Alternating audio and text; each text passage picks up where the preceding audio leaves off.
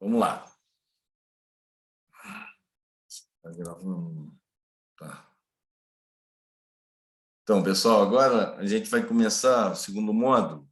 A gente vai falar das doenças ortopédicas. A gente já falou um pouco da parte de traumatologia, né?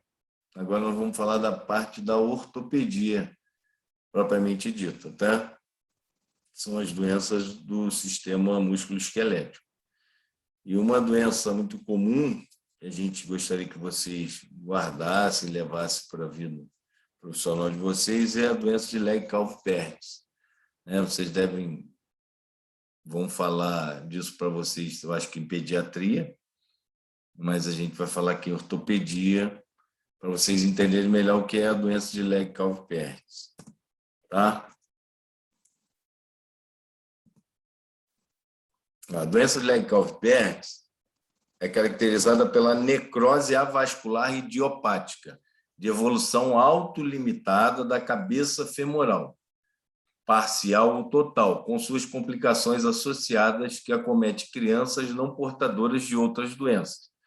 Então, nada mais é, pessoal, que é uma destruição da fise de crescimento da cabeça do fêmur. Tá? A etiologia é desconhecida, mas a gente sabe que ela é uma necrose avascular.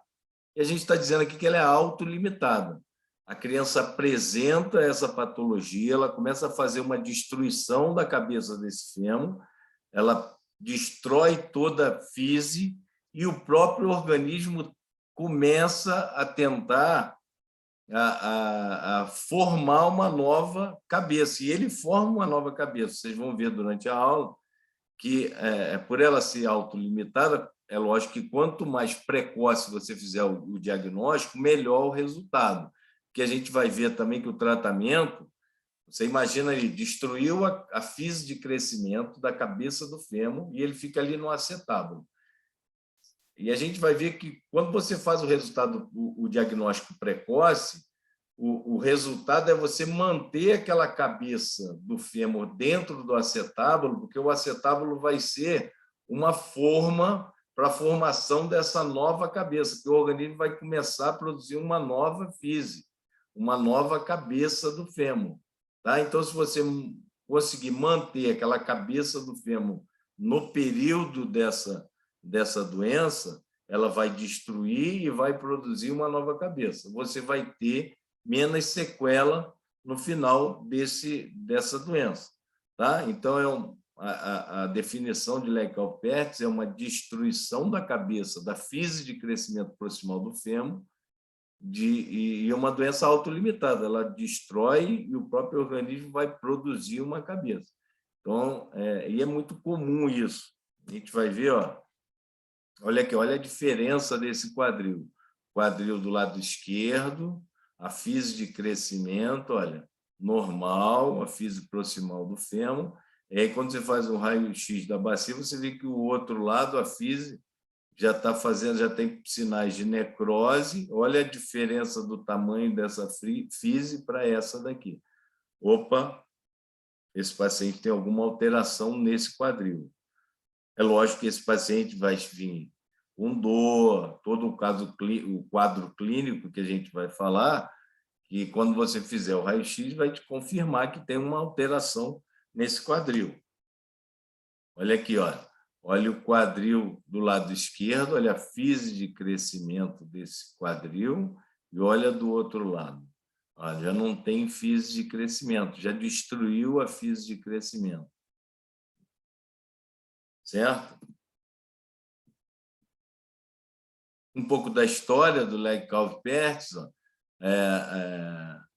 descreveu Waldenstrom, descreveu que pela primeira vez o fenômeno atribuía uma causa de tuberculose. No primeiro momento, eles achavam que essa patologia, essa destruição da cabeça femoral, tinha alguma relação no período da tuberculose. O paciente desenvolvia tuberculose e desenvolvia uma destruição. Depois viu que não tinha nenhuma relação, é só histórico aqui para vocês entenderem, e três caras entenderam que Arthur Legg, dos Estados Unidos, Jacques Calvé, da França, e Georges Perthes, da Alemanha, por isso que é Legg-Calvé-Pertz, é o nome da patologia, reconheceram esta necrose como uma entidade única e de etiologia desconhecida, certo? Não tinha nenhuma relação com a tuberculose.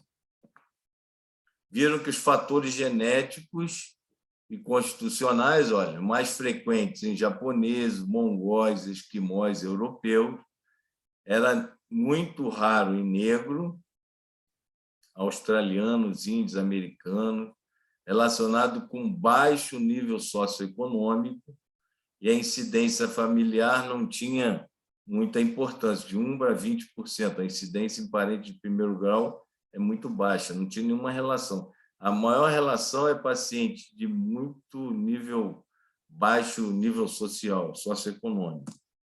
Então, relacionada baixo peso ao nascimento, e tem um estudo de pais idosos, onde a criança tem uma predisposição a desenvolver Legg-Calvé-Pertz. Idade óssea atrasada, de 1 a 3 anos, em relação à idade cronológica. Há uma incidência maior nessas crianças que têm um atraso na idade óssea.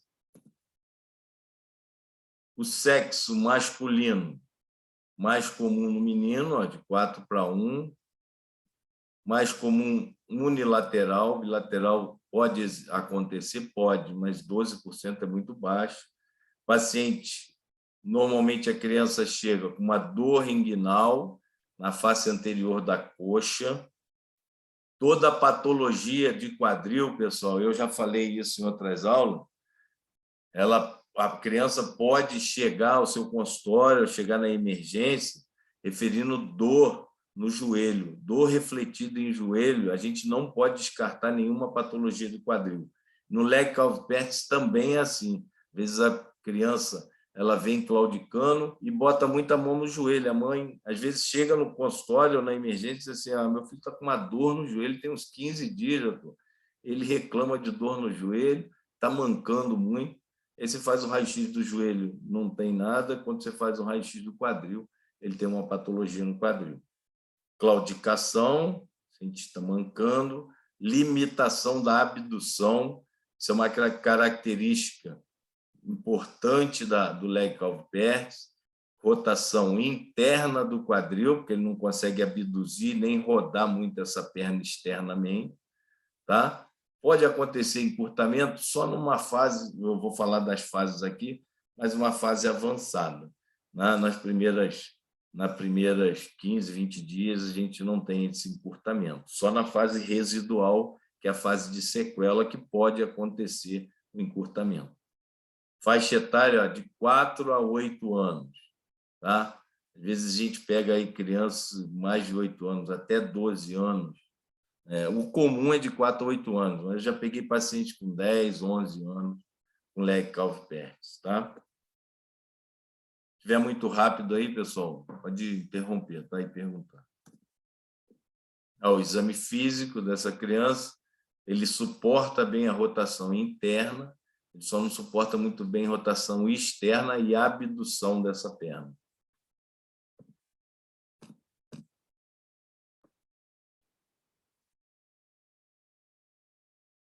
Quando a doença o índice antes de 6 anos, você tem um melhor prognóstico.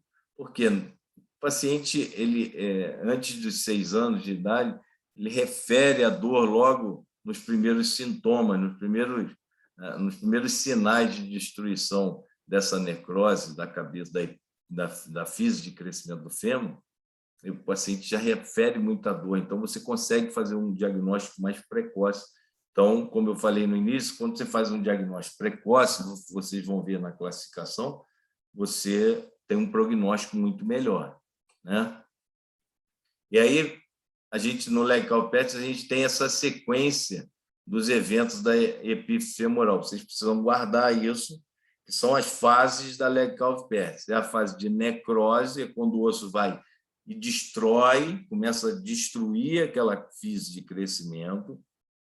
Aí você vai ver a fase de fragmentação, ele começa a destruir, começa a quebrar toda aquela fise, vocês vão ver no raio-x. que é a fase de reabsorção e deposição do osso. O organismo começa a reabsorver e, ao mesmo tempo, ele tenta fazer a ossificação ali. Então, você começa a ver várias fragmentações dessa fise de crescimento. Depois ela entra numa fase de reossificação, a epífise se torna novamente homogênea, readquire seu contorno, ele começa a reossificar. São as fases dela. E tem a fase residual, que quando ela já terminou aquela reossificação total da fise de crescimento. E aí a fase residual é a fase de sequela. Se você não fizer um diagnóstico precoce, tratar. E o que o tratamento preconiza? É você manter aquela cabeça do fêmur dentro do acetábulo, porque esse acetábulo vai ser o molde para a reconstrução. Você imagina a cabeça do fêmur aqui no acetábulo, ela vai sumir, depois ela vai desenvolver uma nova cabeça. Se ela estiver aqui fora, ela vai desenvolver uma cabeça totalmente irregular. Se ela estiver dentro do acetábulo, o acetábulo vai ser uma forma para que aquela cabeça fique congruente ao acetábulo. Dúvida? Não, professor. Exame radiológico. Ó, aumento da densidade do núcleo.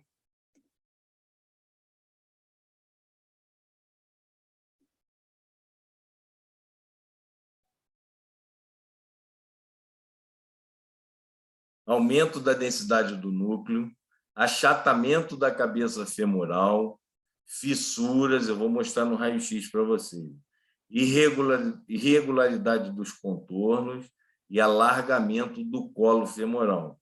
Tudo isso são sinais no exame radiológico que vocês vão conseguir ver no diagnóstico do Legg-Calvé-Perry. Olha o achatamento da cabeça, como é que ela começa a achatar. Você vai vendo fissuras dentro da metáfise, da epífise. Está vendo? O alargamento do colo, ele começa a alargar, que é tudo reação tecidual óssea para tentar parar essa necrose. Né? Ele começa a necrosar e o organismo tenta fazer uma produção óssea, tentando bloquear aquela destruição. E aí você vai vendo essa deformidade. Por isso a importância de, quando feito o diagnóstico, manter essa cabeça femoral dentro do acetábulo.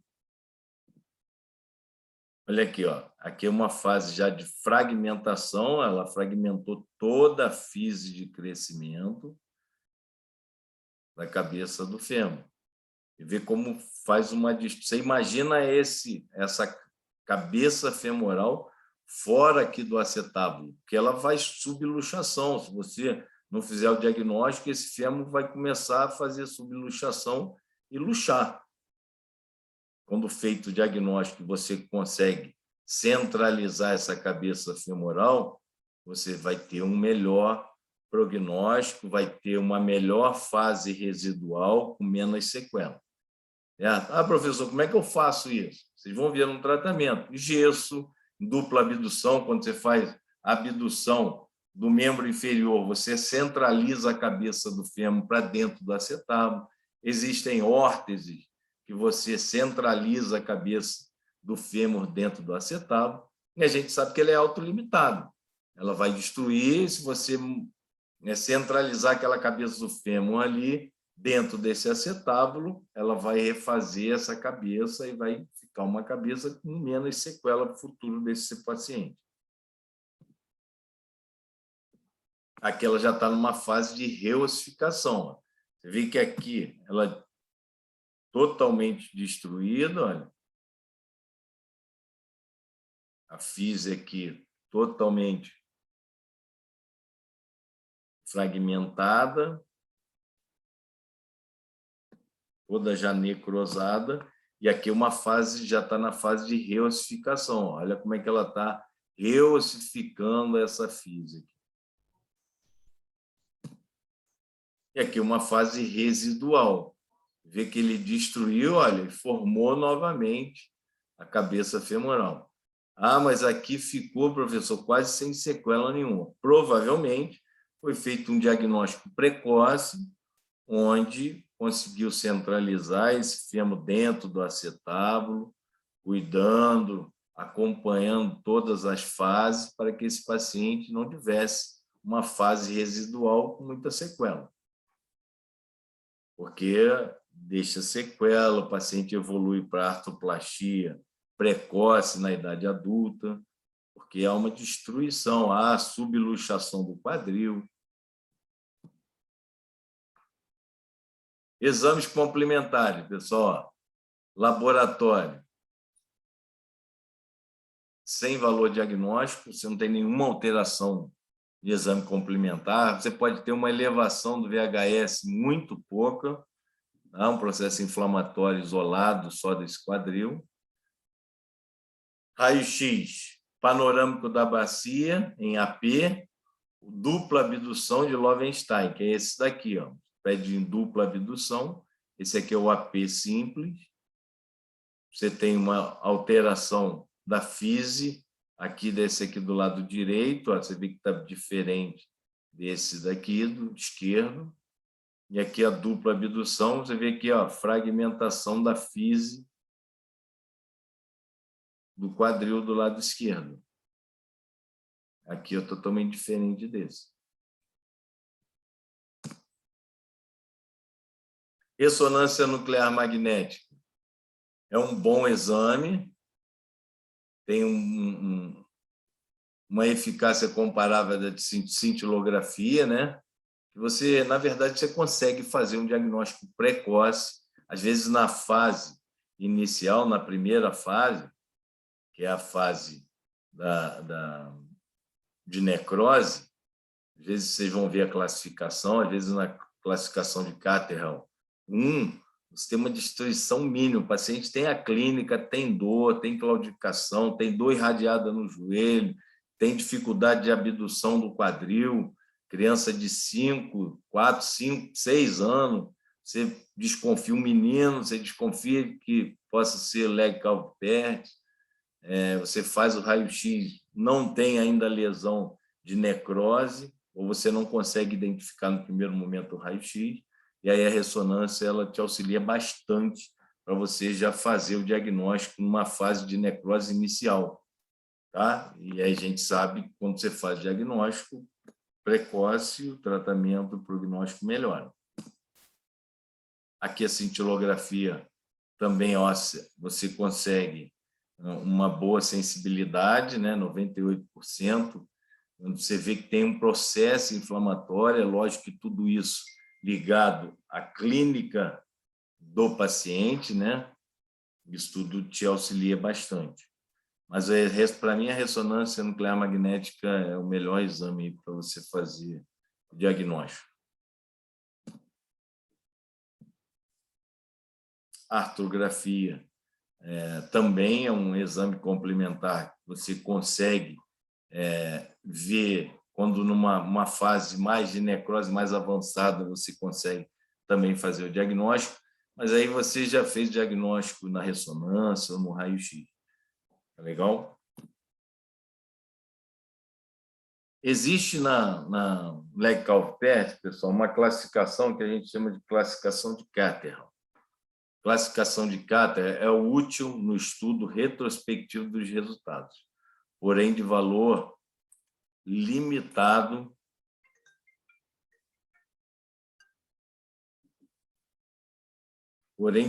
prognóstico limitado. Isso porque ela só pode ser determinada em uma fase avançada da doença, quando só se estabelecem as deformidades. Além disso, é de difícil interpretação.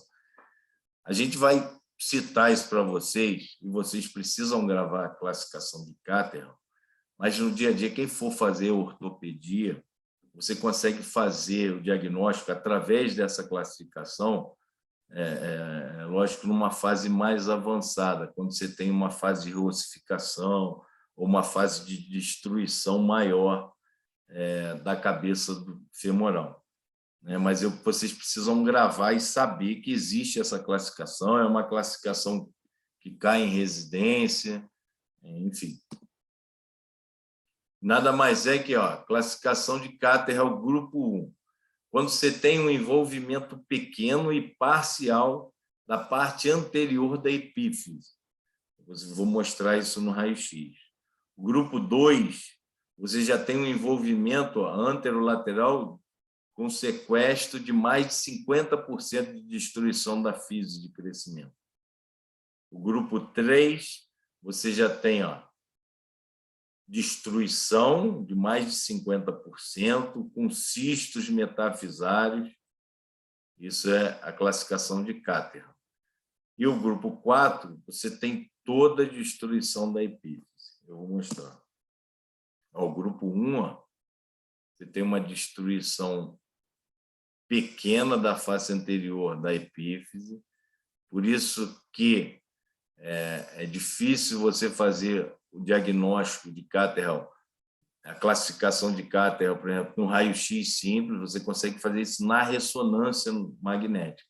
Mas no raio-x, às vezes, isso aqui você não consegue perceber. Você faz o raio-x, ainda está toda a fise normal. Na ressonância, você começa a ver alterações na fise de crescimento. Mas vocês precisam gravar que existe essa classificação e o grupo 1 já é uma pequena destruição na face anterior da epífise. Tá? Você vê que aqui no raio-x, você faz o raio-x, você quase não vê uma destruição. Tem um pontinho de necrose aqui, que, assim, na fase inicial é complicado. Você pode associar tudo isso ao estado clínico do paciente, e aí você vai pedir uma ressonância e vai ver se tem alguma destruição dessa fise. Tá? Mas a classificação de Cater, o grupo 1 é isso. O grupo 2, aí você já consegue ver radiologicamente uma destruição maior. Né? O paciente já tem uma destruição importante da fise, no raio-x você já começa a ver, olha a destruição que já tem. Isso é uma destruição da fise de crescimento. Classificação grupo 2. No grupo 3, uma destruição de mais de 50%. E você já tem os cistos, que a gente chama de cistos metafisários. Ele começa a fazer uma destruição da metáfise óssea também.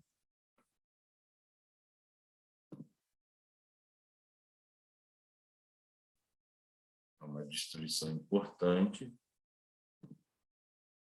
E o grau 4, você já tem uma destruição total da fise da cabeça femoral. Tá?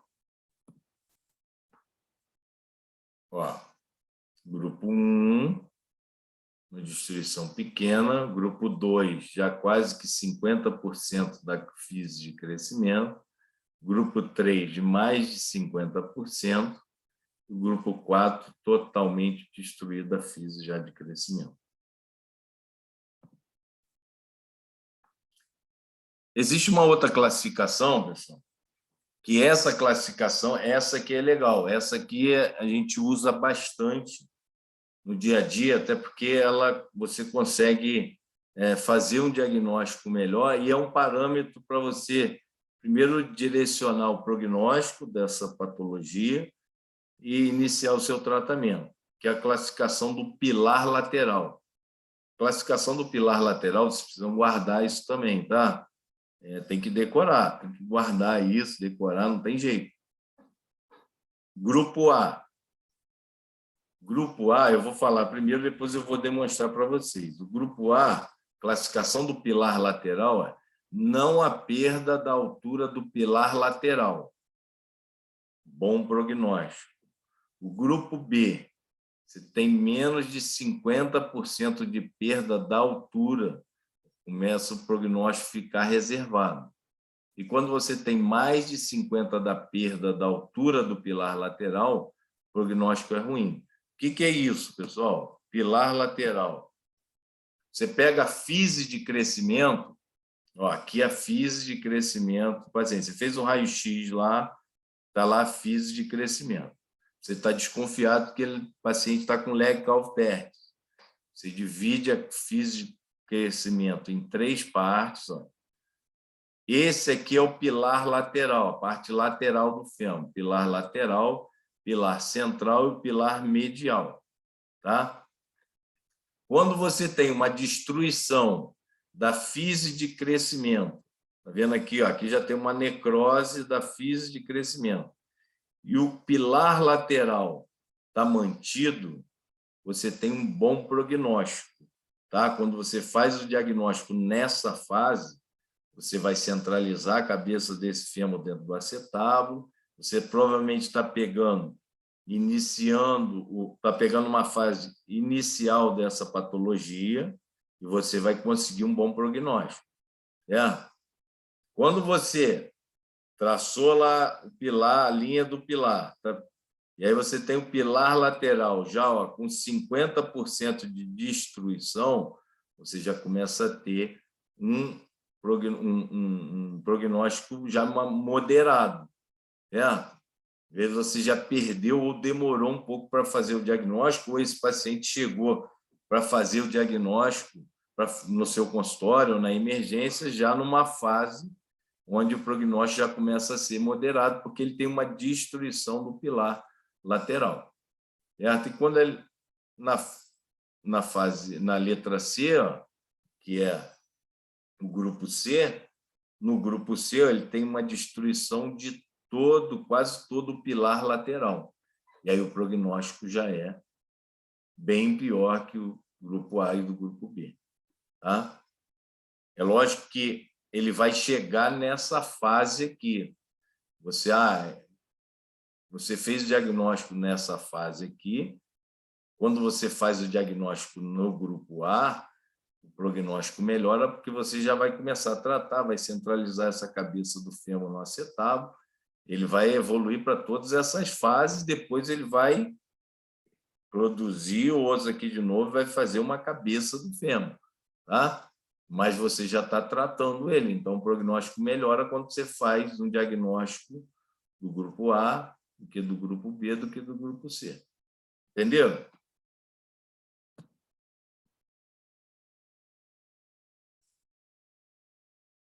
Ó, o grupo A, ó, pilar lateral, a gente traça uma linha aqui, divide em 3 partes a fise, né? Você vê que o pilar lateral aqui está mantido, prognóstico bom. Aqui você já tem 50% do pilar lateral comprometido, moderado. O grupo C, você tem o pilar lateral da fise de crescimento totalmente destruído. Certo?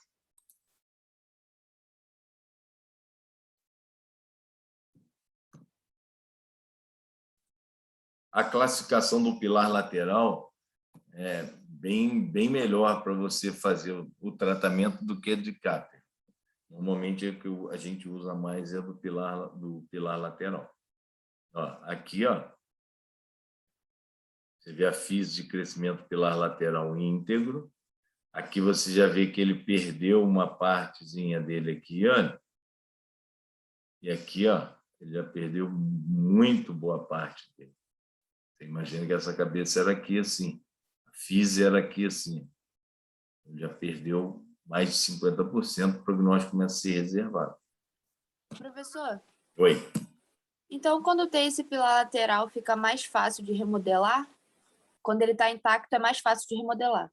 Não, a importância dele aqui é você fazer o diagnóstico. Quando você faz o diagnóstico, o paciente chegou no seu consultório, chegou na emergência, onde você estiver atendendo, você fez um raio-x, e ele estiver numa fase onde o pilar lateral está íntegro, você vai ter um bom prognóstico, porque você já vai iniciar o tratamento, você já vai botar uma órtese nesse paciente, ou vai botar um gesso, eu vou mostrar para vocês, você vai centralizar aquela cabeça dentro do acetábulo, certo?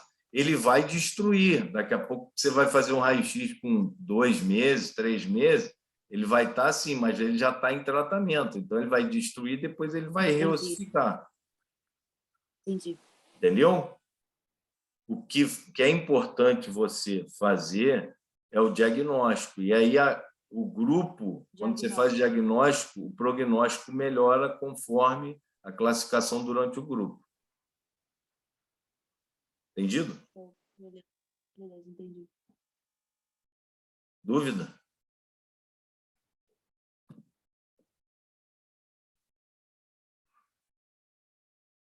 Existem os sinais. Catterall, em 1971, descreveu 5 sinais radiográficos que seriam indicativos de prognóstico reservado, que são, a gente chama de sinais de quadril em risco. Quando você tem esses sinais, você tem um prognóstico um pouco mais reservado. Quais são esses sinais? Guardem isso, hein, pessoal? Sinal de unha, ou gauge, eu vou mostrar para vocês. Calcificação lateral da epífise, subluxação lateral, cistos metafisários e horizontalização da fise. Tá?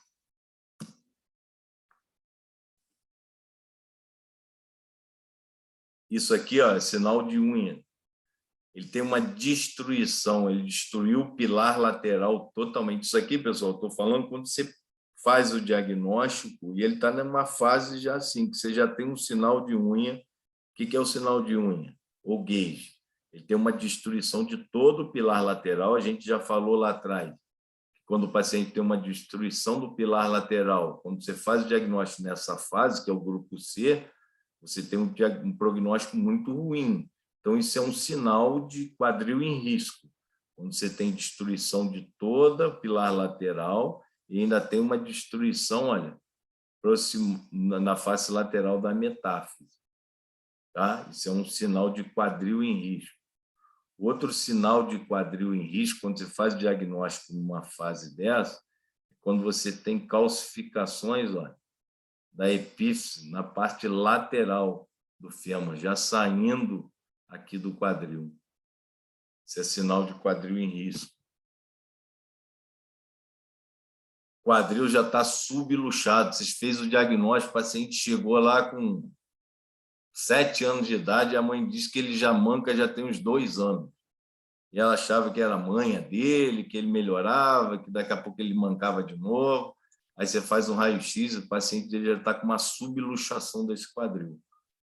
Por quê? Porque esse quadril já necrosou e ele tentou reossificar, mas ele não estava dentro do acetábulo, ele fez uma cabeça toda irregular, achatada, que é uma fase residual, que é uma fase de sequela. E aí, o que vai acontecer com esse quadril? Ele fica instável, ele fica subluxado. Isso é um sinal radiológico de quadril em risco. Outra coisa, além da retificação e da subluxação, são as lesões metafisárias císticas, que é um sinal de sofrimento dessa metáfise. Ela sofreu muito com a ossificação e a cabeça do fêmur não estava dentro do acetábulo. Então, ela sofre a deformidade junto com a epífise. E aí ela faz o alargamento do colo femoral por deformidade, porque foi feito um diagnóstico tardio. Isso também é um sinal de quadril em risco. E aí o que acontece? É uma horizontalização dessa fise com alargamento do colo femoral. Tudo isso são sinais de quadril em risco, instabilidade desse quadril, porque não foi feito um diagnóstico precoce e, consequentemente, não foi feito o tratamento.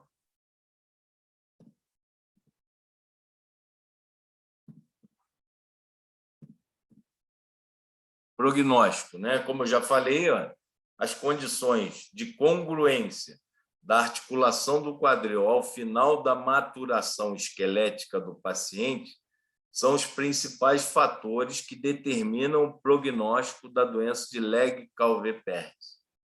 É aquilo que eu falei, pessoal. Quanto mais precoce você fizer o diagnóstico, onde você vai centralizar a cabeça do fêmur dentro do acetábulo, melhor o resultado. Porque a gente sabe que ela é autolimitada, ela vai destruir e vai reossificar. Então, se ela vai reossificar Dentro do acetábulo, ela vai fazer uma cabeça femoral mais regular.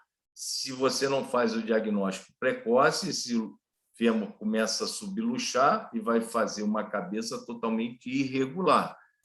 Fazendo uma cabeça irregular, esse paciente vai evoluir para osteoartrose precoce, deformidade desse quadril, artroplastia de quadril precoce na fase adulta, né? Porque ele tem uma incongruência articular do quadril.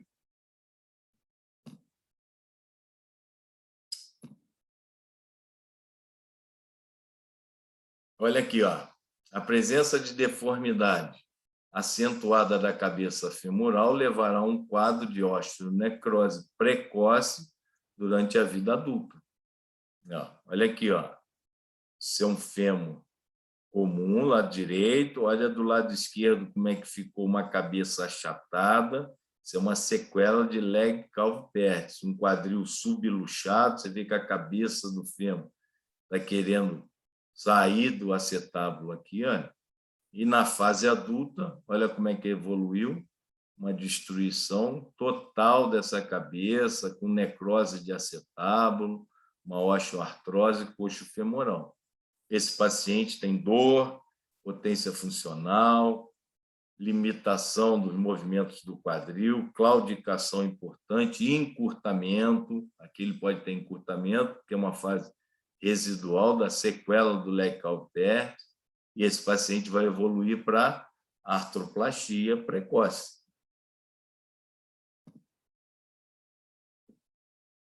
Como eu falei, ó, tratamento. Se a gente sabe que ele é autolimitado, ela vai vir, vai destruir, vai reossificar. Quanto mais esférica e congruente estiver a epífise femoral em relação ao acetábulo, melhor o prognóstico, porque o acetábulo vai servir de forma para aquela cabeça que vai reossificar. O período onde a cabeça é plasticamente deformável, que é a necrose e fragmentação, que são as duas primeiras fases que ela vai destruir, preconiza-se descarga. Você não vai botar o paciente para andar. Bom, na verdade, quando você faz nessa fase, você já vai botar ele com uma órtese, vai botar o gesso e ele não vai poder pisar, né? Contenção da epífise acetábulo e preservação da mobilidade articular, para que a epífise reossifique esfericamente, pois o acetábulo serve de modelo, como tudo aquilo que eu falei. Você fez o diagnóstico, eu particularmente já boto o paciente no gesso. Boto ele no gesso, se eu sei que é uma fase de necrose e fragmentação no primeiro momento, ele vai destruir mais, e depois ele vai reossificar. Então, eu tenho que centralizar a cabeça do fêmur dentro do acetábulo. Ó, isso aqui é uma destruição, estava numa fase de necrose, está destruindo. O que foi? Bota o gesso, dupla abdução, ó, ou abdução desse quadril, que a gente faz o quê? A gente centraliza a cabeça femoral dentro do acetábulo. E aí você vai ter iniciar o tratamento do leg calve pertis. Como é que eu faço isso, professor? Aparelho gessado e órtese, que a gente chama de Atlanta. É isso daqui, ó. Gesso, dupla abdução. Bota o gesso nas duas perninhas, atravessa uma barra aqui, ó, e essa criança, primeiro que ela não vai andar, eu vou tirar a carga dela. E segundo, que eu estou centralizando a cabeça do fêmur dentro do acetábulo. Esse aqui é uma órtese de Atlanta. A órtese de Atlanta eu coloco nos meus pacientes, já tratei alguns leg calve pertis, já numa fase de reossificação, ele já está começando a ossificar, já está numa fase de remodelação, aí eu boto a órtese e ele já pode pisar. Só que ele pisa, mas não consegue fechar a perna. Ele anda com a perninha aberta. E fica quanto tempo com isso? Então, o período, eu vou falar aqui para vocês. O período, não sei se vai ter aqui. O período de reossificação, de necrose, reossificação, Às vezes vai de 6 a 12 meses, às vezes 1 ano e meio, e aí você vai acompanhando. Essa aqui, ó, essa primeira fase de eclossina de 4 a 12 semanas.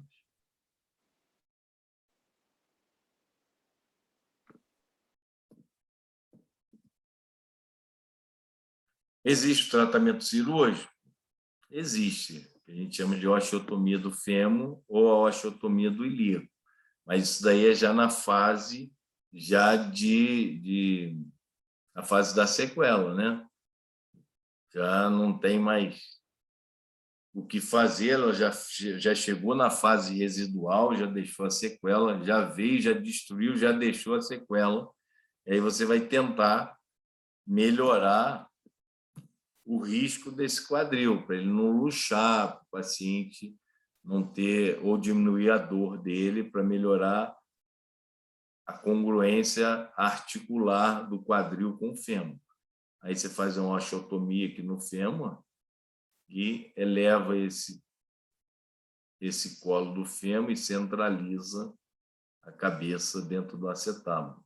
Ou você pode fazer as osteotomias, isso aqui é uma osteotomia mais agressiva, da pelve.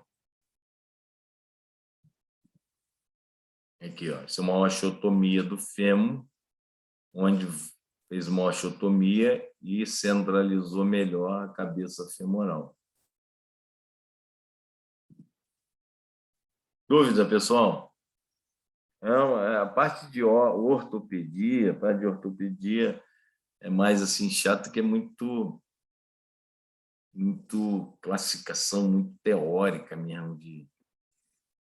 Eu gosto mais da parte de traumatologia, mas faz parte. Dúvida?